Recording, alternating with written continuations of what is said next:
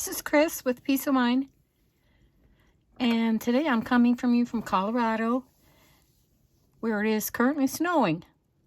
So it's a good day to sit inside and work on some crafts and art projects. Today I'm going to show you a mixed media painting on canvas.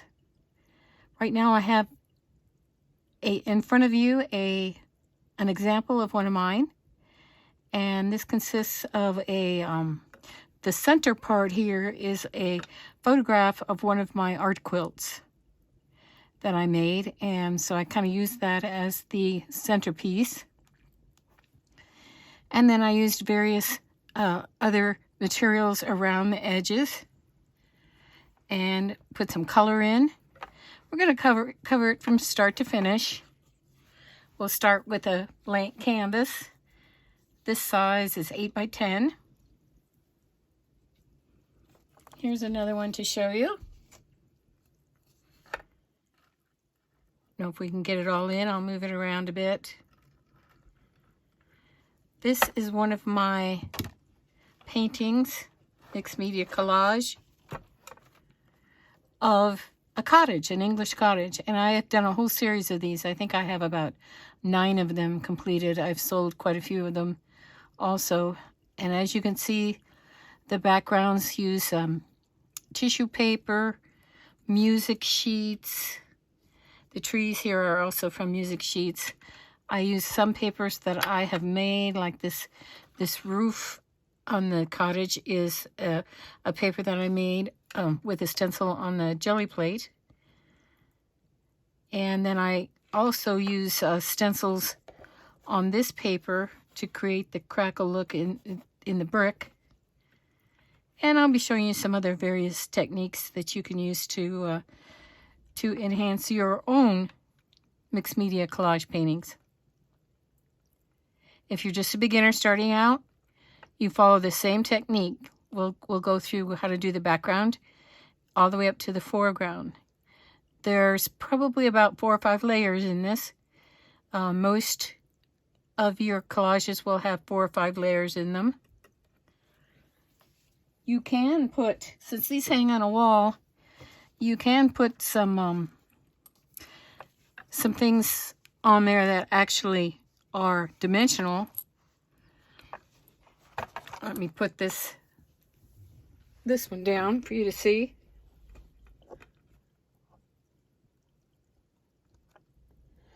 We have a beach scene, the girl on the beach. She is making a castle in the sand. And the name of this, of course, is It's a Shore Thing. Now on the bottom, after I finished, I made a hole in the canvas where I placed the bottle. There's a wire that wraps around the canvas and holds the bottle in place. And the back of the bottle is also glued using a glue gun. There's a little crab charm on the side. Inside is a bottle with a message and some shells. You can actually, this painting is available in my Etsy shop, as well as the one I just showed you. This one you can actually take the little note out and write your own note on there. Or whoever gets it eventually can do that. Okay, so let's start. For our materials, to start, we'll need, of course, the blank canvas, which we have here. Then we'll need some papers. Papers that you choose should, for the most part, be not have too much color in them. If they have a lot of color in them, you'll have to cover over them.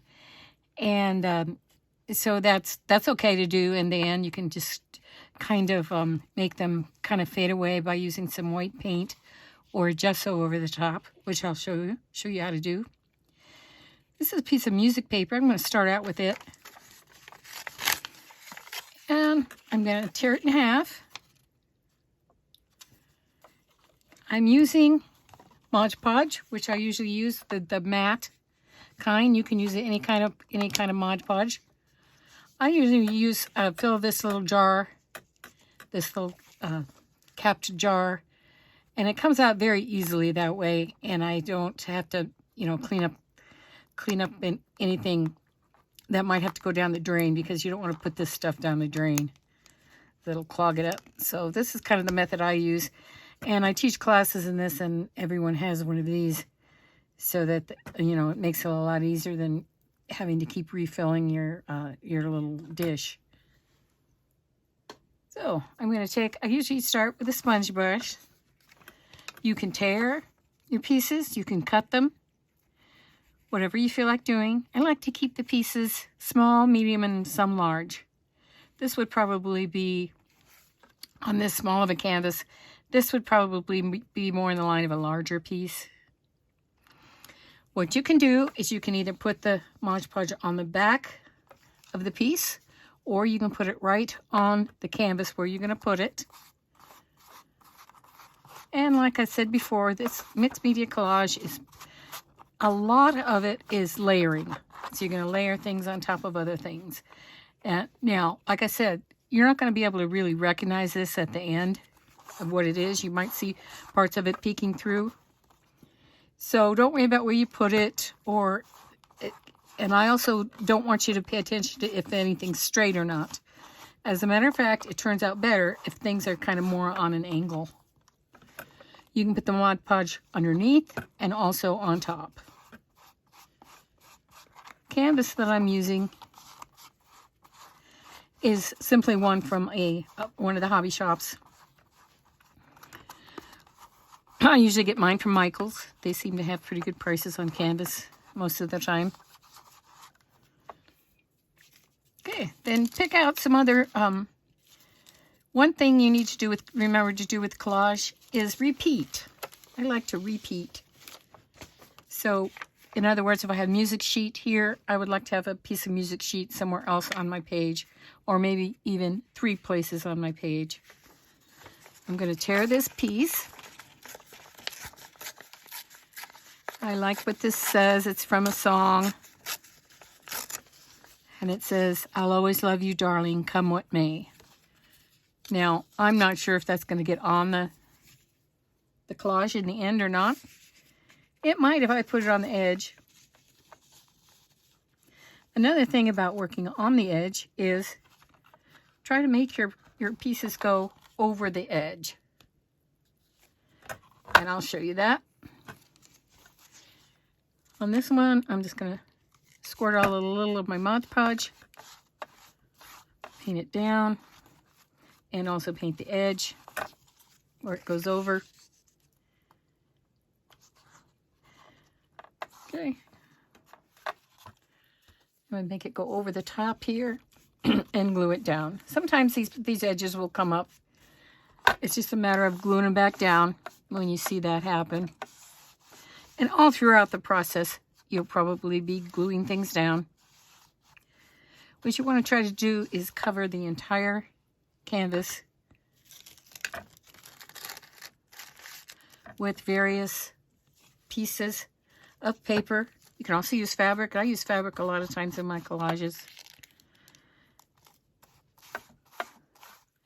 Notice how I'm overlapping. I need to do a lot of overlapping, cover all the spaces. Okay, so far I've used kind of about medium to large size pieces. I should try to use a few smaller pieces. Let's see if I have, this is pattern paper from a Simplicity pattern. Once again, it's kind of a neutral color. If you use neutral colors in your work, it's a lot easier to get the colors that you're going to add later over the top of these colors.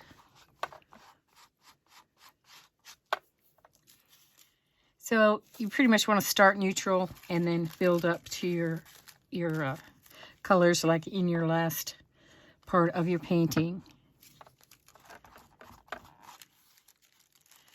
Okay. So again, I'm going to go over the edge with my paper. The nice thing about this is that you won't have to paint your edge all at the end of your painting. You'll already have collaged this edge as you go along.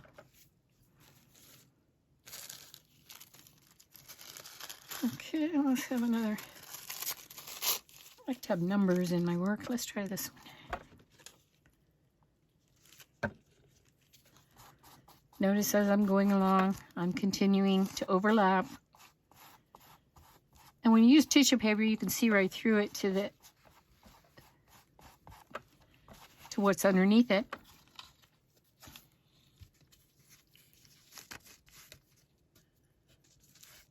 Sometimes I go right to the back. That's fine too.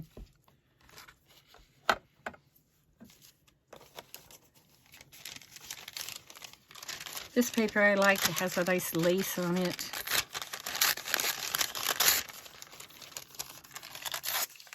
Try to use this in 2 or 3 places.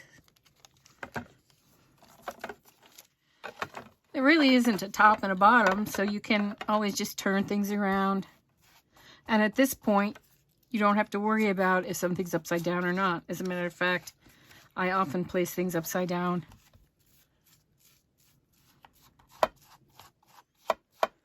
And then later on, I just decide which direction I want my painting to go in. When you start out doing your very first layer like this, you can have an idea of what you're going to use next as you layer up. Maybe you want to do a landscape. Maybe you want to use a photograph. If you, of course, use photographs, then it's a good idea to copy them onto copy paper, because photographs do not transfer very well, real ones, and you wouldn't want to use the real one anyway. So take a copy of the photograph or transfer it on your phone and download it and then print it off. I find if you are going to use a photograph, that the best photographs to use are photographs that are in black and white, and just because it adds kind of more of a vintage feel to the photograph. And sometimes the colors, especially if it's a colored vintage photograph, sometimes the colors are kind of different and won't fit in with the background of your painting when you're done. Okay, so see how I tore this one here? That's fine. I might even like separate it and let that little torn edge show. Don't get too attached to what you put down, because you're most likely going to be covering over it. Here's a piece of paper that I have that was coffee dye or tea dyed. I'm tearing it. I'm going to put it up here.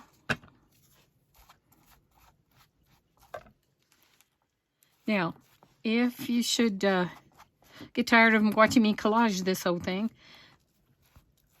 just feel free to fast forward till I get to the next part.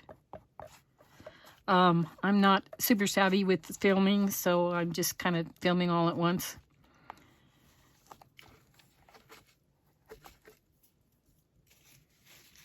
Okay, now you see how I'm repeating my different pieces and using them 3 times. I used the music sheet twice. I might use it again. Here's some Tim Holtz paper.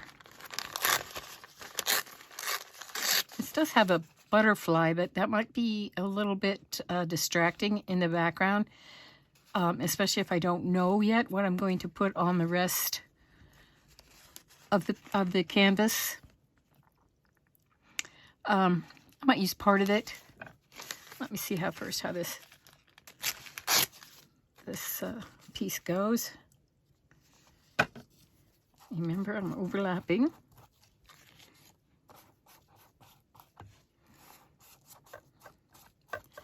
This shows through clear. The tissue paper also, you can crumple anything that's on tissue paper, even just plain white tissue paper is fun to use.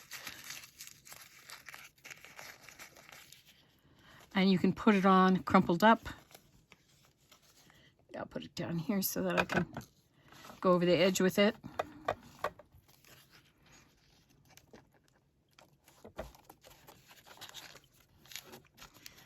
And that crumpled up look is nice too. Add some texture in your final when you start layering things over it, you'll get some texture from that. Mostly if you put paint on there, and we'll show you that later. Okay.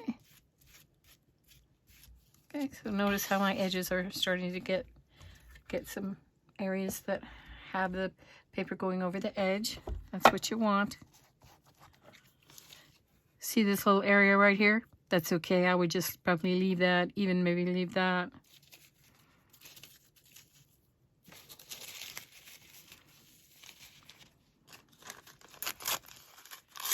Put a small piece here.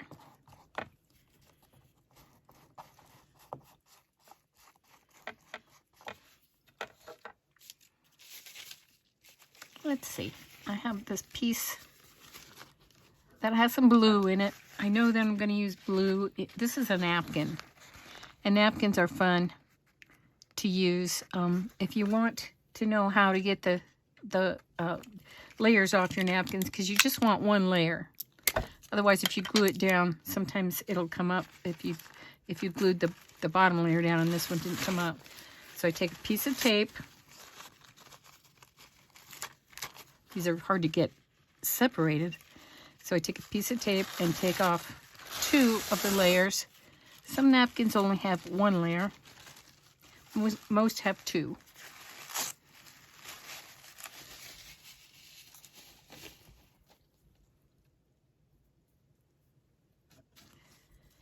And I think I want to use this this little part.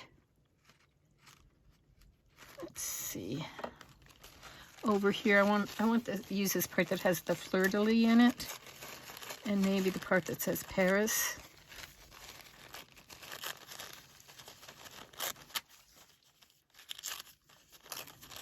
Oops, that's okay. That's perfectly fine.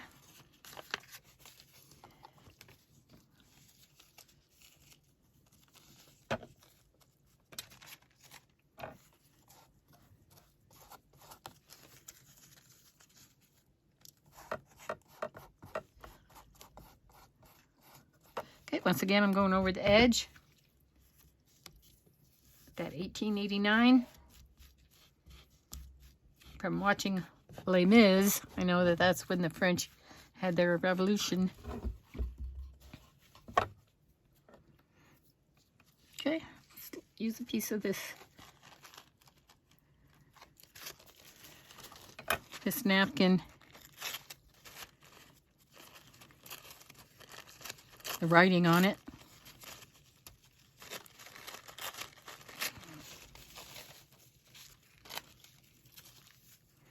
Okay, on this very little tiny piece, I think I'm going to put it up over here. I think I was out of frame a little bit. Hopefully I'm back in. I think so.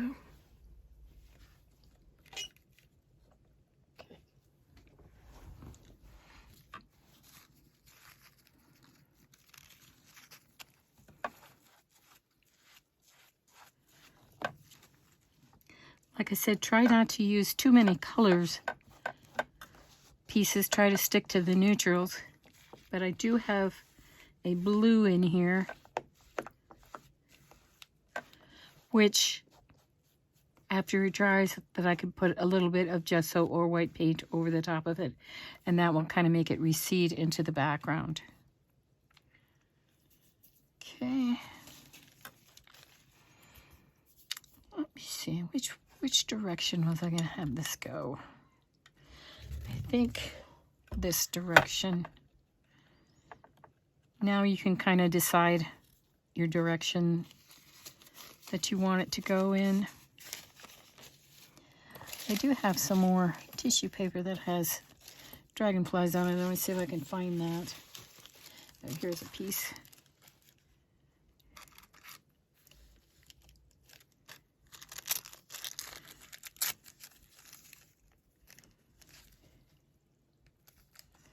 I don't know if this will be covered over or not. Like I said, if you have a piece that you really want to show, you can always add it later. So save it and add it later when you know where everything else is going to go.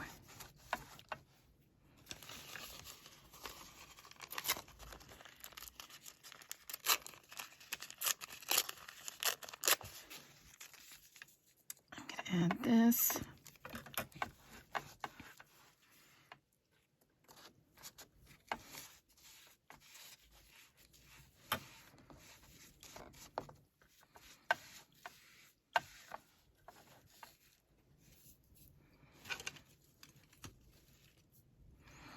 Grab a sip of my drink.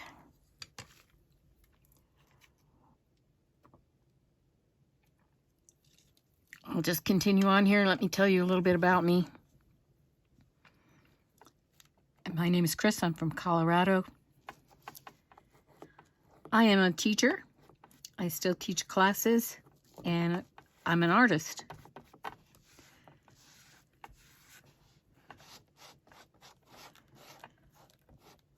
Throughout my career, I have taught both children and adults.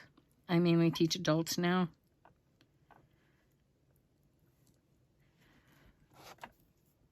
I loved teaching the kids, but my patience has kind of disappeared for a while. It's easier to teach the adults.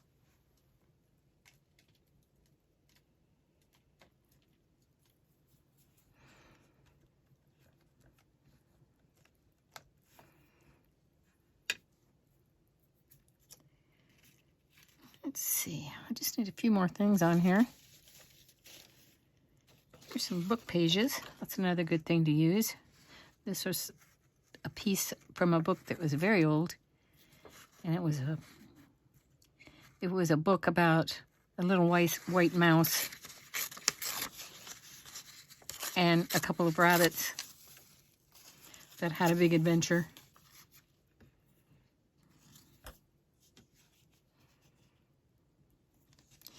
So I'll use a couple of pieces of that on here.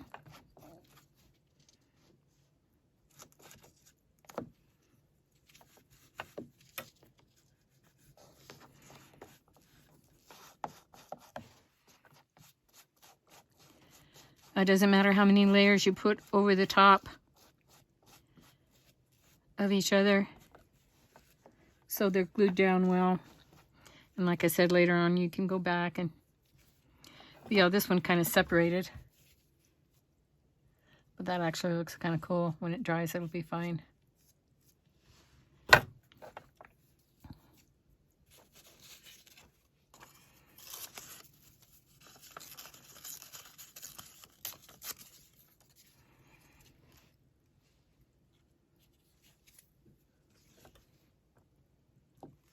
You just keep adding as long as you like.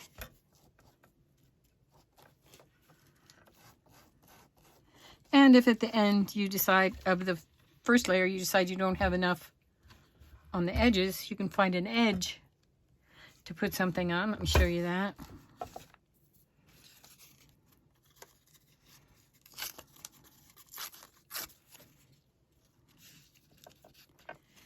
You always, this is kind of brittle, this paper, but I'll go ahead and fold it and see if that works to go over the edge.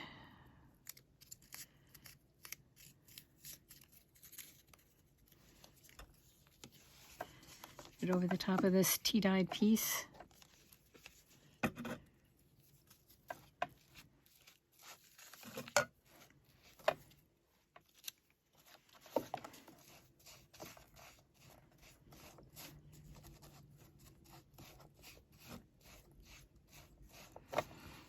My other edges and see if they need something. I think this one does.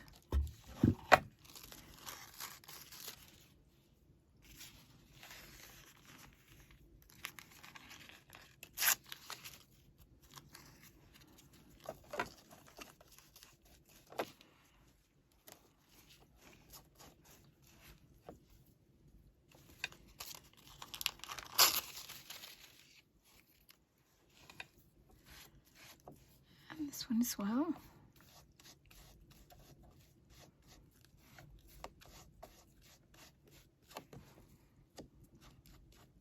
The reason I use a sponge brush is it For one thing, it doesn't leave marks in the Mod Podge. It kind of makes it look more even and not as streaked as when you use a regular brush. But you can use a regular brush too.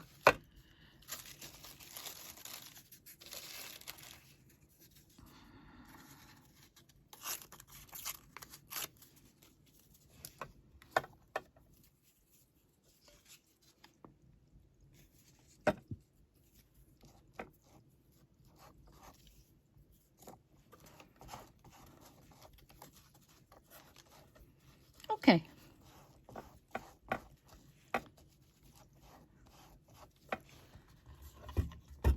Okay, so that's our first step. I think this is going to have to be a multi-part video, probably a 3-parter, possibly 2-parter. This doesn't need to dry before I go on, but it can, and it is probably a good idea for it to dry. You'll notice these, there's a few lumps and bumps here and there. Those will usually disappear as it dries. The paper will shrink and conform. See this area here that is standing up? I'm just going to go ahead and put a little bit more on there. Sometimes you can, if you need to hold something down, you can put a piece of wax paper over the top, press it down, and that should hold it. Don't hold the wax paper down there for too long though, because it might take it off. But just as a way of setting it down on there so it stays. I also, wax paper makes a lot of noise, and that's why I'm not using it right now. But I most often will use a sheet of wax paper underneath my work area because it cleans up really well. And as you can see, I'll need to clean this up after I'm finished here. But with a sheet of wax paper, the edges wouldn't stick, and it wouldn't be quite as messy. So I use that a lot. Okay, so we're going to end this video now. If you would like to check out my Etsy shop, I'll have you go to click on the About section of my video page, and you'll find a link there to my Etsy shop. And I wish peace of mind to everyone, and I'll say goodbye for now. Thank you.